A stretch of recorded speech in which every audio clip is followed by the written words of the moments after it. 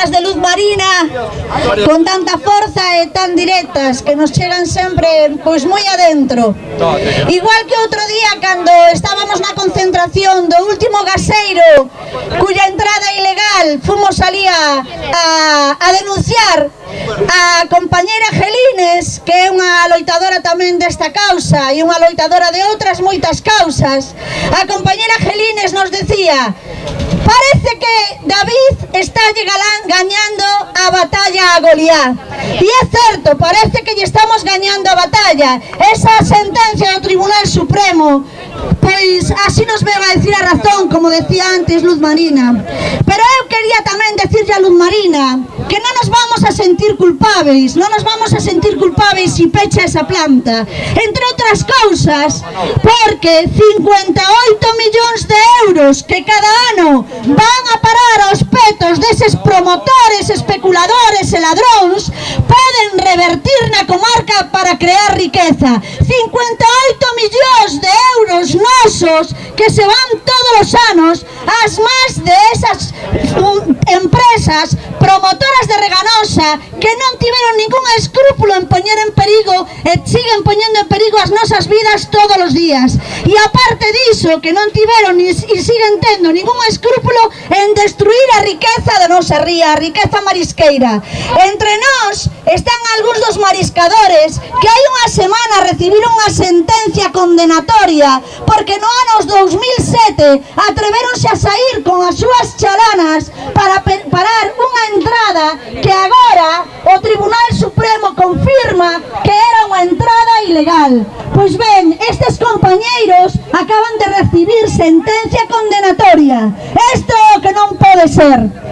Os mariscadores, as mariscadoras, a cidadanía que no ano 2007 defenderon a nosa vida e defenderon a legalidade e defenderon a ría, reciben condenas. Os corruptos, os sinvergoñas, os criminais que pretenden que vivamos a tan poucos metros dunhas toneladas, de miles de toneladas de gas natural licuado, que é imposible saber as consecuencias de un accidente que pudera suceder en calquera momento. Eses siguen libres, siguen enriquecéndose, siguen tendo apoio de gobernos corruptos.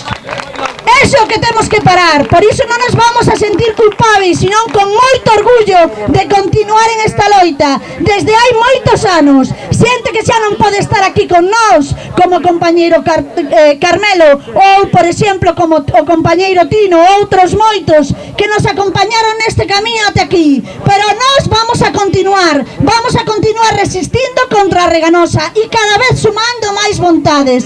E lembrade, esa planta, aparte de ilegal e de perigosa, é inútil. Hoxe Reganosa volvía a pagar noticias na prensa, como hai 2 días, volvía a pagar unha noticia na prensa que decía que gracias a Reganosa moitas empresas no noso país, moitas empresas aforraran moitos cartos. Outra mentira máis, como a que dixeron outro día na prensa. Esta mentira está basada na negación de unha realidade, que é que se o gas entrase a Galiza desde o gasoduto de Tui sería moitísimo máis barato tamén para esas empresas. Que non nos sigan mentindo. O que pasa é que siguen tendo diñeiro noso que reciben dos cartos públicos para pagar e comprar a prensa. Pero penso que este tempo está acabando xa, este tempo en que lles vai todo tan ben, e lles iba todo tan ben. E igual que reventou a burbulla inmobiliaria, vai a reventar a burbulla enerxética. Pero nós vamos a estar xa un pouco salvaguardados e salvaguardadas, porque temos esa sentencia do Tribunal Supremo, porque temos a razón e vamos a conseguir que esa planta se feche. E os 40 postos de traballo claro que non van a estar en perigo, porque esos 58 millóns de euros tamén van a poder subsidiar hasta o infinito e máis alá eses 40 postos de traballo. Nós o que queremos manter son os 400 postos de traballo que ten hoxe a ría de Ferrol e máis riqueza que se podía crear e máis postos de traballo se esta ría estivera saneada e recuperada e non tivera a agresión que ten a diario da regasificadora de Reganosa.